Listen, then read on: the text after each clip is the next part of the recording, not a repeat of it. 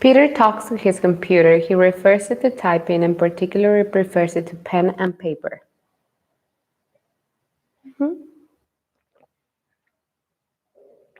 Can you hear me?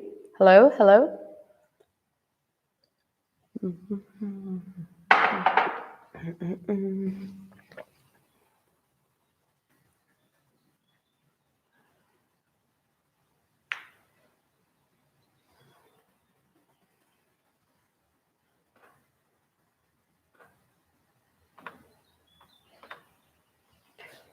Hi, can you check? Are you cutting? Can you hear me? Is my microphone working?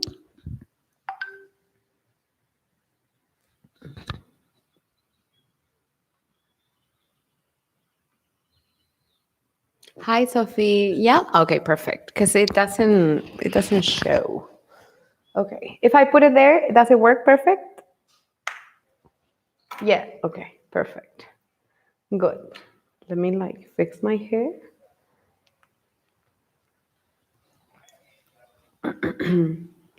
Perfect.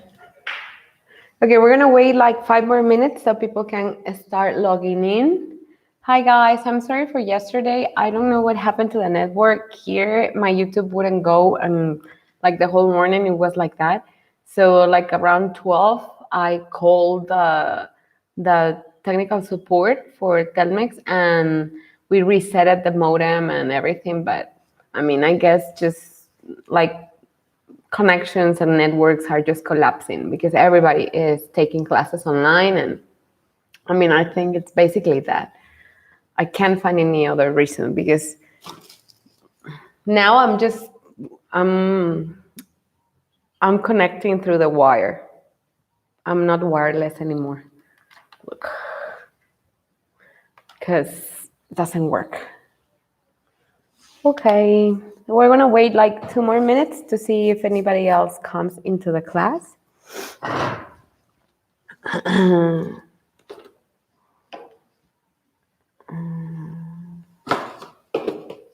And let me fix my place.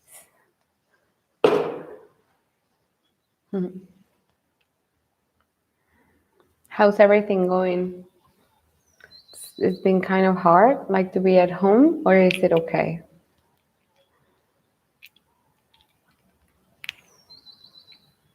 How are you doing, working from home and everything? Are you bored already, or is it okay?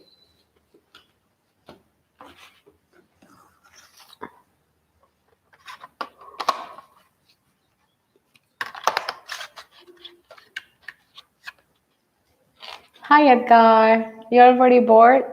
Yeah, I guess. I tried to go running yesterday, and a fireman truck was going around my block, and they were telling everybody to get into their houses. So I guess it's for our own safety. I have a friend in Colombia, and she said that for them, they already closed their airports, and that yesterday the president came on TV, and he said that the quarantine was extended until May 15th. Hi, Paolo. So let's see how it goes here. May 15th in Colombia, and we're kind of in the same place. We're kind of in the same place. I'm gonna give you a website where you can check. I don't know if you have this, but it's one so that you can check in real time the map.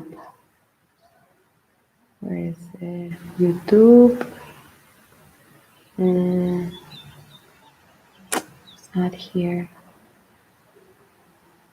Hmm. Is it? Oh man, is it real time map? Oh,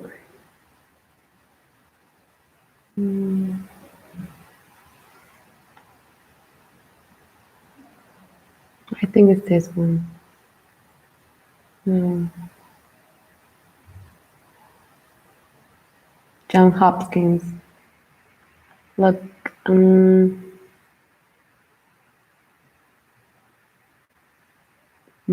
it's this one.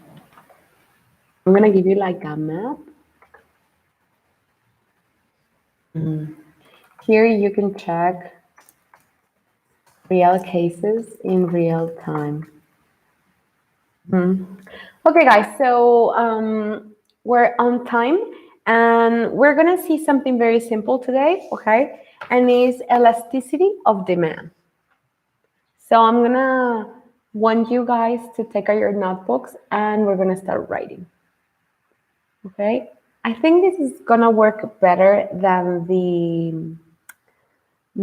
whiteboard, but we'll see. Okay, you let me know. Because this way I can have them like already. So elasticity of demand, guys, is how much less or how much more do people buy when the price changes, okay? P is going to stand by price and QT is going to stand by quantity. Remember that in our graph, in our x-axis and in y-axis, in our graph, we're always going to have in the y-axis the price and in the x-axis the quantity. I am going to stop writing it there sometimes so that we do not get confused, okay? Because there's going to be new information added up to our curves of demand and supply, okay? So it's how much less or how much more do people buy when price changes, okay? And so we're gonna have two types of elasticity, the two extremes. We're going to have a very inelastic, okay? Inelastic is a demand curve that is almost vertical, okay? Why is it inelastic? Because it's very insensitive to price changes. That refers to goods that are very few, we have very few substitutes for that. For example, we can say gasoline, okay? We can say gasoline here. It's a good example for an inelastic demand. It's, the demand or the quantity, if you see, since it's so vertical, the curve is very vertical. It's not like the slope is not like 1-to-1. So if it's less than 1, it's very vertical, okay? It's a very downward slope. And in that way, when I see a price change, the quantity demanded, like the people that are going to go and buy more gasoline, is very little, okay? Why? Because if you think about it, it's something that have very few substitutes. Here in Mexico, you cannot replace gasoline with something else. I mean, you have diesel, but that's for some machinery. But besides that, it's like you don't have many options, okay? And it's something that is a basic need, okay? You spend so much gasoline in a week or so much gasoline in 2 weeks in average. And there are some weeks, obviously, that you go out of town or you have a special errands to run and you spend more or less gasoline. But in average, you spend the same gasoline amount every week, okay? Almost every week. Almost all people spend an average amount of gasoline every week. It's not like that changes a lot. And it's not like if they lower the price, see, if they lower the price and they put gasoline at 15 pesos, it's not like everybody's gonna go and buy a lot of gasoline because you're spending as much. Maybe there's going to be a little increase, but it's only going to be very little. Since there's very little change, okay, in the quantity demanded, that's why the demand curve is almost vertical, all right? So here's a coefficient that we're going to calculate, okay? The percentage of change in quantity over the percentage in change in price has to be less than 1, okay? Because if it's one, it goes one down and one to the right, one down and one to the right. And it's going to be like the curve, the demand curve that we've been used to draw. All right? Like a little bit, the slope is downward all the time because it's demand, but it's not that vertical. All right? It's probably like the normal curve is kind of like this. And this is more like more vertical. Okay? So this is called inelastic demand because it's very insensitive to price changes. Example, gasoline, as we say. Okay, we're going to go to the other side is elastic. Elastic demand is when it's very sensitive to a change in price. It's very sensitive. For example, steaks, okay, steaks. If you lower the price of steaks, people are gonna go and buy more because that is very elastic. It depends on the price. It's very sensitive to the price. And that happens when the percentage in the change of quantity over the percentage in the change of price is more than one. That's why the slope is going to be very little and you're going to have almost a horizontal demand curve, okay? That happens when there are no substitutes for that. When there are a lot of substitutes. I'm sorry, that's wrong. There are many substitutes. There are many substitutes, and it's probably a luxury. It's not something of a basic need. Okay, so we're going to buy our demand, our quantity demanded is going to change very significantly depending on the price that we put. An example is also computers. If you have a sale on computers or cell phones, you're going to have a greater demand, okay? Because the coefficient is going to be greater than 1, and that's why the slope is almost horizontal. It's like the inverse relationship to the inelastic demand. Okay? Yes? Up to there, do you have any questions for inelastic and elastic demand? Okay? Can I change the slides?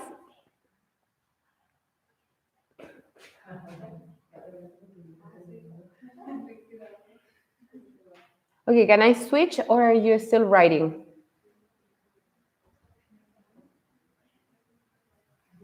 Yes, yes, nope. Okay, we're gonna wait for Sophia a little bit more.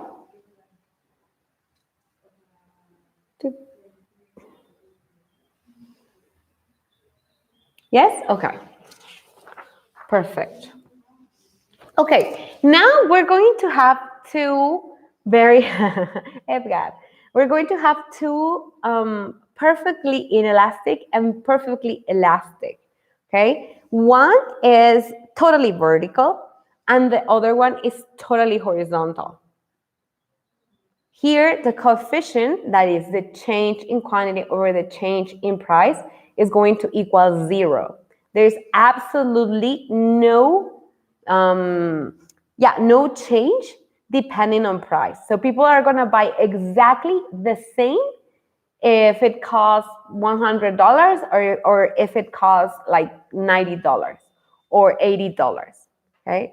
Perfectly inelastic. Obviously, that has to be something of a fixed expense, something very, very, I don't know, maybe we can think of something. A perfectly inelastic would be probably water. Okay, water is almost perfectly inelastic. Okay, almost, because obviously there are very few goods that are totally insensitive to change.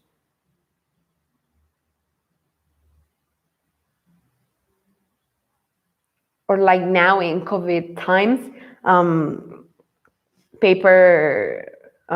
toilet paper, like how people were like going to Costco and going to Soriana to get toilet paper like if it was the end of the world. Well, maybe they would have gone anyways if it was expensive. And right now there are many some friends in Peru were telling me that people were profiting out of this situation because the other day they went to the market, and maybe in the beginning it was not so notorious, but right now they went to the market and a kilogram of sugar or a kilogram of whatever is more expensive because they have already noticed what goods are scarce and what things are. I mean, you don't have that much time to be outside your house, and so you have to go straight to what you're going to get, you know. So the thing is that it's either they're profiting out of people's needs.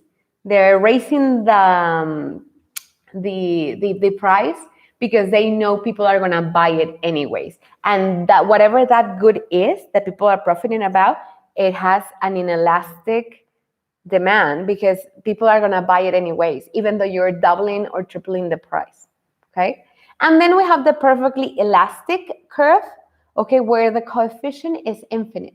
Infinite, why? Because the demand curve here is going to be horizontal. Okay, it's going to be like this, horizontal. Right? So that is totally something that changes in price a lot.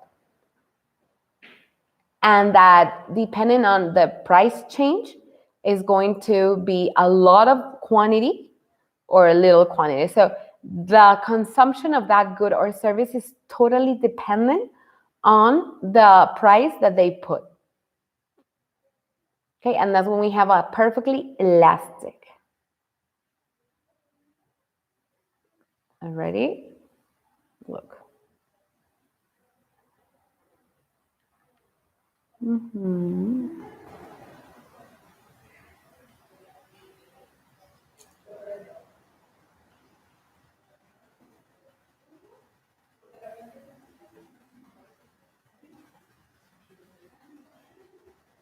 All right.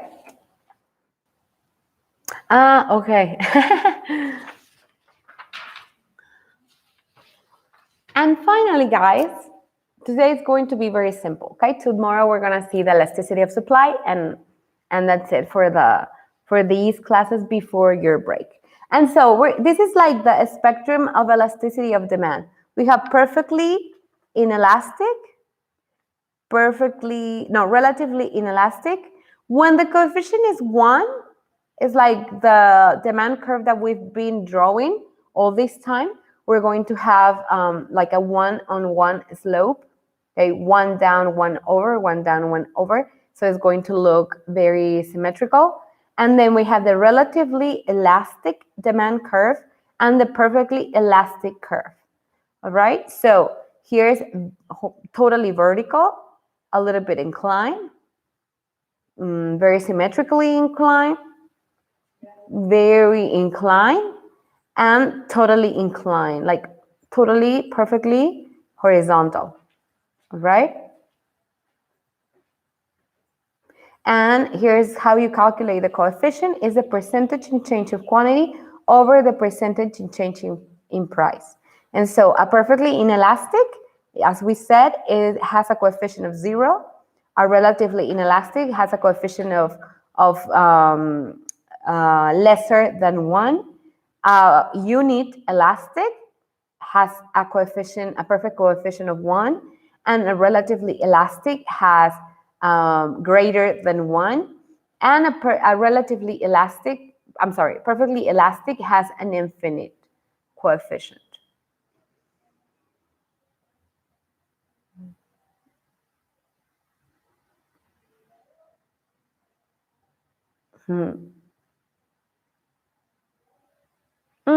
The coefficient, Edgar, is to calculate the slope. The slope. Si sabes cómo en las funciones matemáticas te dicen que calcules la pendiente. La pendiente es el cambio en X sobre el cambio en Y, ¿cierto? En cualquier función. Entonces, cuando dibujas la función, cuando dibujas así los datos, dependiendo del coeficiente, te va a dar una pendiente. The slope es la pendiente. Okay, so here, to qualify as a perfectly inelastic, your since your line, your slope is 0 because it's a totally vertical line, okay? When you do this division, like calculating the slope, it gives you 0.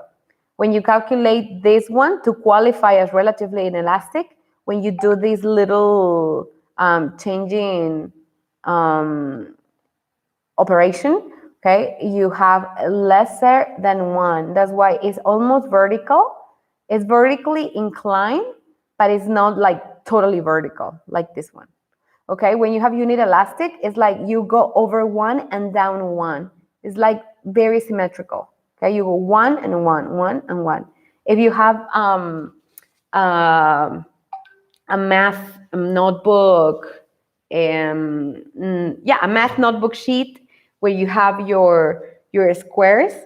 You sometimes draw, you give values here to the y-axis and to the x-axis, and when you calculate, this would be like 1 over and 1 down, 1 over and 1 down. Okay, relatively elastic, when you calculate this coefficient, which is the slope, is relatively elastic if it's greater than 1. That's why it's very inclined, very, very horizontally inclined, but not totally. That when it's totally horizontal, you call it perfectly elastic, and the coefficient is infinite, because when you divide this by this, it's going to give you infinite because it's horizontal. So the change is like all to infinity and beyond, right? Here.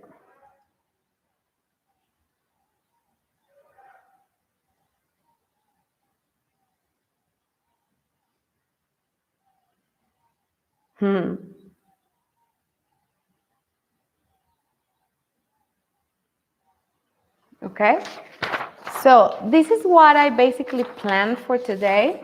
I know it's very, very easy. It's very simple. And tomorrow I want us to see elasticity of supply. And that will be the topics for this first part of our second partial. Now, when we return to class the last week of April, I want to see if we get more into monopolistic and all of the market structures. Okay, I want to keep it simple right now because I know that I'm going to have to review anyways for the exam. However, we're going to have the exam. And well, since I'm going to have to repeat myself all over again, then I rather like put more content after we come back from vacations. So even though we're not going back probably, like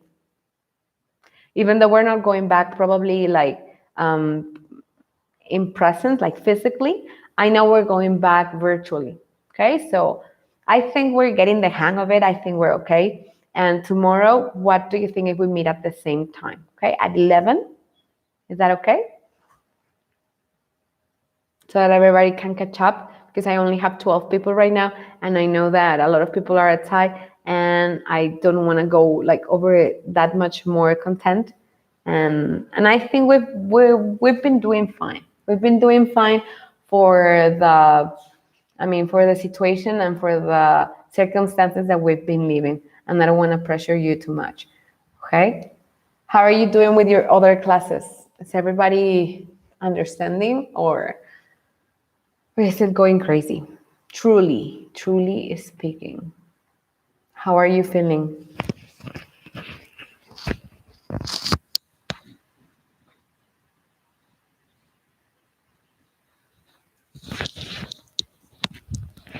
Come on, answer. Come on, answer.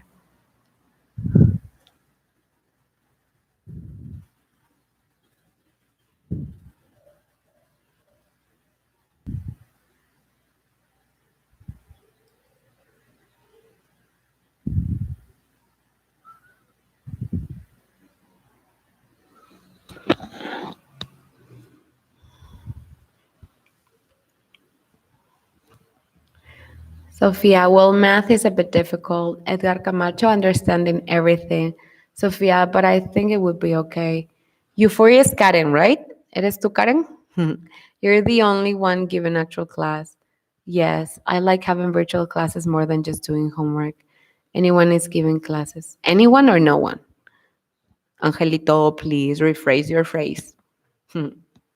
Yeah, I know it's been kind of difficult. I mean, I'm a millennial, and I don't consider myself so stuck in what comes to technology, but I know that other teachers are very scared or very vulnerable to being exposed. Like, since you don't have that much confidence using platforms and stuff, then people are getting very nervous on how we're going to be graded as teachers and how they're looking at us and things like that, because there have been many rumors. And since things happen all of the sudden, I mean, they didn't happen all of a sudden, because like in China, they were like, these things were a crisis already since October. They had the quarantine since October. um the infographic, oh yeah, I'll explain it with my phone right now. And so, I think they could have kept the information coming, and I think we could have planned something much, much better. But to be honest, not many teachers are very comfortable working online. And it's been crazy because we've been receiving many messages. And in the beginning, it was like, plan your semester and try to do your second partial and be very serious and use Moodle and blah, blah, blah. And some teachers that we are like, not a Moodle person. Okay, we put some activities, but we didn't put so many activities, because we know that giving you an activity is making us graded. And so we put more effort in Google Meet or in Discord or in other kind of platforms. Like for me, YouTube worked perfectly. Um, First of all, because I know it has a nice server. And even though yesterday was the first time, and yesterday I think I gave my 33rd class online. And I mean, it was fine until yesterday. So I've had a very little a margin of error with YouTube. And I mean, I'm also in platform, and I mean, things are going different. So people are really like not knowing what to expect from anybody. So, anyways, and the infographic, they sent me something yesterday. Oh, okay. Another student from Decorativo has already sent me hers, and I think it's really nice. I mean, I checked a lot online, so please do not copy them. Mm, and she did this. She did this in Canva. Okay. So she like opened in Canva a template for an infographic, and it's very, very long. So I'm only going to check it online. So you can make it as whatever size it is, because we're never gonna print it. We're never gonna print it out. Okay. So she put in the beginning like some drawings, some graphs. Here there's like a timeline. I really want you to document this. There's a timeline. Like, what you gotta do is start with Hugo Chavez. Okay, you start with Hugo Chavez, how he becomes like the leader of the nation, how he becomes an authoritarian president, and how people actually believed in him. He was kind of communist, but also a very he was a populist leader. Okay, a populist means that even though he presents a militaristic kind of regime and an authoritarian regime and a communist regime and some leftist ideas, as we've seen with AMLO, he puts a little bit of his own, not a little bit, a lot of his own ideology and his own person to the government. So everybody kind of like deified him. And he became a myth, and he became a leader. And the thing is that he, as you have already seen in the videos that I sent you and some articles that I sent you, what happens in Venezuela is that in the 90s, in the 2000s, and something like that, they have an oil boost. They discover a lot that they are rich. They're very rich in what comes to oil, and they have a lot of refineries. And so all of a sudden yeah, it's covered until 2014. Uh-huh. Very good. Hugo Chavez, Sophie. But then you have to also include Maduro, because what we're trying to see is the background and the development of the biggest hyperinflation on Earth and in the galaxy that has ever existed. That is right now Venezuela. Venezuela is totally crapped out. It's totally deserted. I mean, and it's the leader's fault. Okay, that's why we should never be indifferent to politics, and we should never be indifferent to political manifestations and to be informed, because that's exactly what happens in a poor country, in a Latin American country, and that they start like when Hugo Chavez comes to power, is like right now we're like 25 years behind of what they're doing. So we are still in time of stopping things. If anybody would have stopped Hugo Chavez 6 years after his election as president, then they wouldn't be having the government that they have right now. Because even though Hugo Chavez made a lot of mistakes with his communist regime and his welfare state, because as I was saying, uh, no, you don't have to do it again, but maybe you can do part two, like one with Hugo Chavez and then another one with Maduro, because we're going towards the hyperinflation thing. Okay, so what happens is that they have an oil boost and oil prices go up majorly. I mean, gigantically, and so they think they have a lot of money, and Hugo Chavez starts spending it and creating all these programs to give out money, just like AMLO is doing right now. And so he's helping the poor, he's helping the sick, he's helping the students, he's helping the little businesses, he's helping everybody because he has a lot of money. And then when money starts running short, he starts loaning money.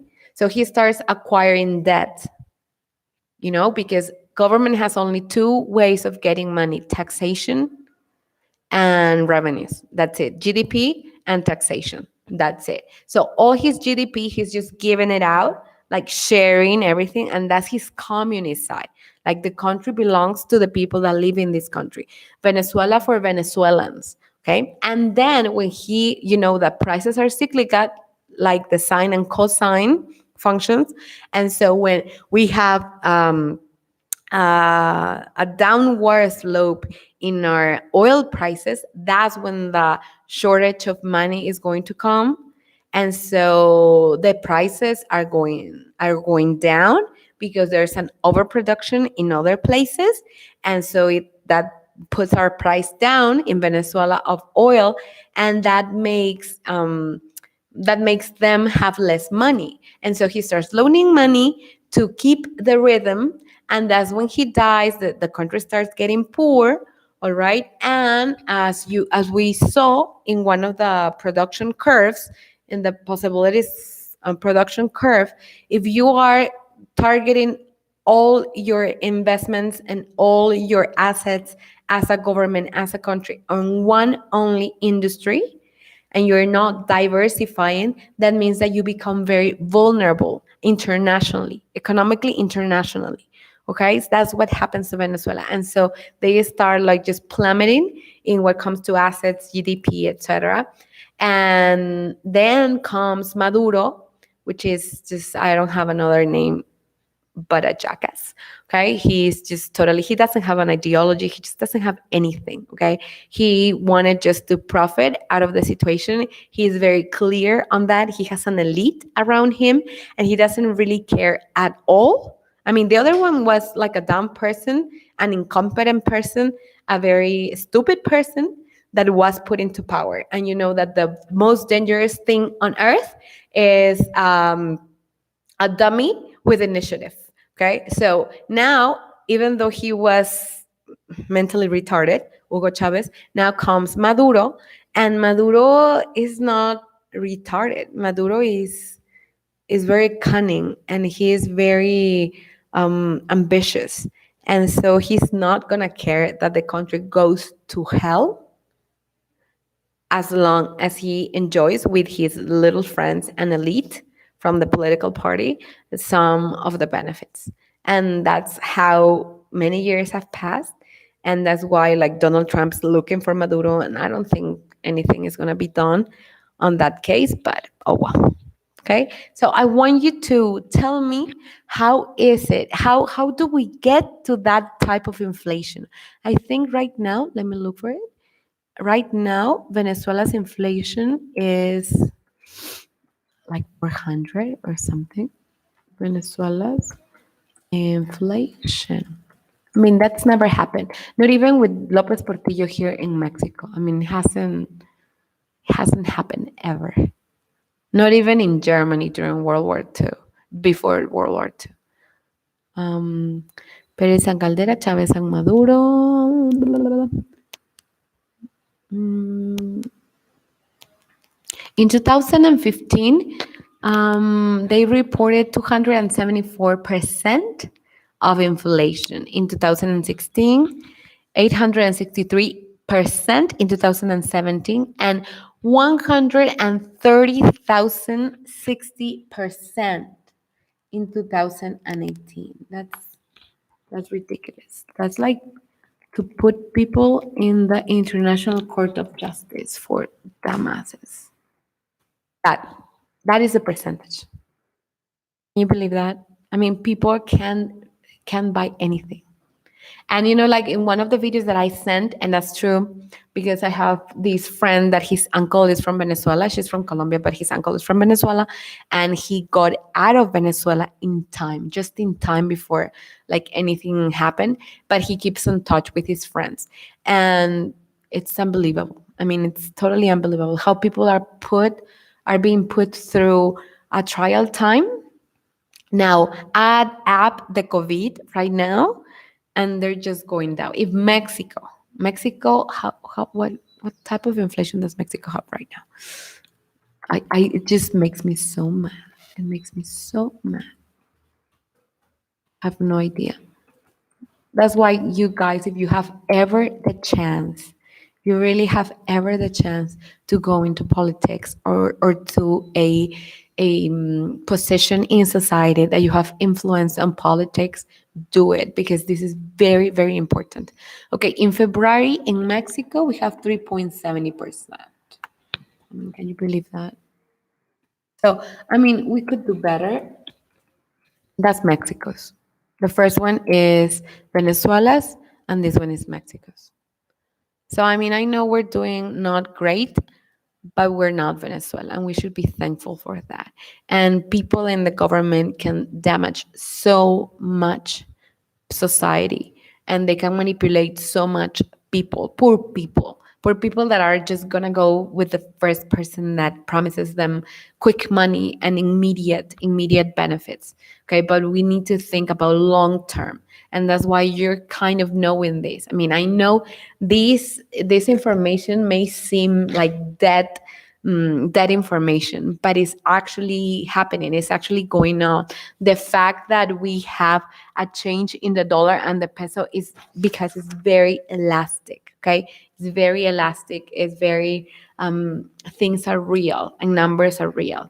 Okay, and if you in the future are going to decide where you want to live at, like what country you want to live at, you should look for indicators, for economic indicators to see what does the future look like for you? How may it look if you move to another country? For even if it sounds coward or if it sounds like we're running away from a reality, well, the truth is that you decide what is the future for your family or your future family. And so I'm going to stop talking because I'm really mad. When you get me going with these topics, I get really mad. I'm okay now.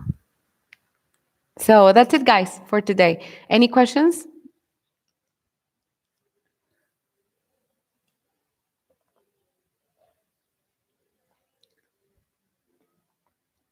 No, not at all. I think you're like watching Netflix while you're listening to my class because you're like just quiet.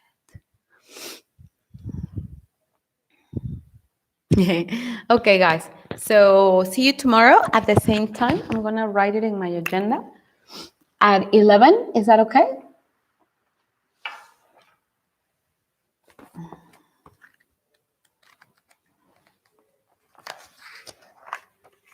Do you have any other class at 11 tomorrow? Okay, tomorrow at 11. Okay, guys. Hi, Paolo. You never change. Okay. Bye, guys. Have a nice morning. Bye. Tell everybody else that you have the presentation, not the presentation, what is it? The this for, I think it's 4 hours that it stays there. And I'm gonna send Jocelyn the pictures. Although I don't think Jocelyn is signed on. I'm gonna send it to Karen, okay? And Karen, please send it to the group. All right? Bye-bye, guys. See you.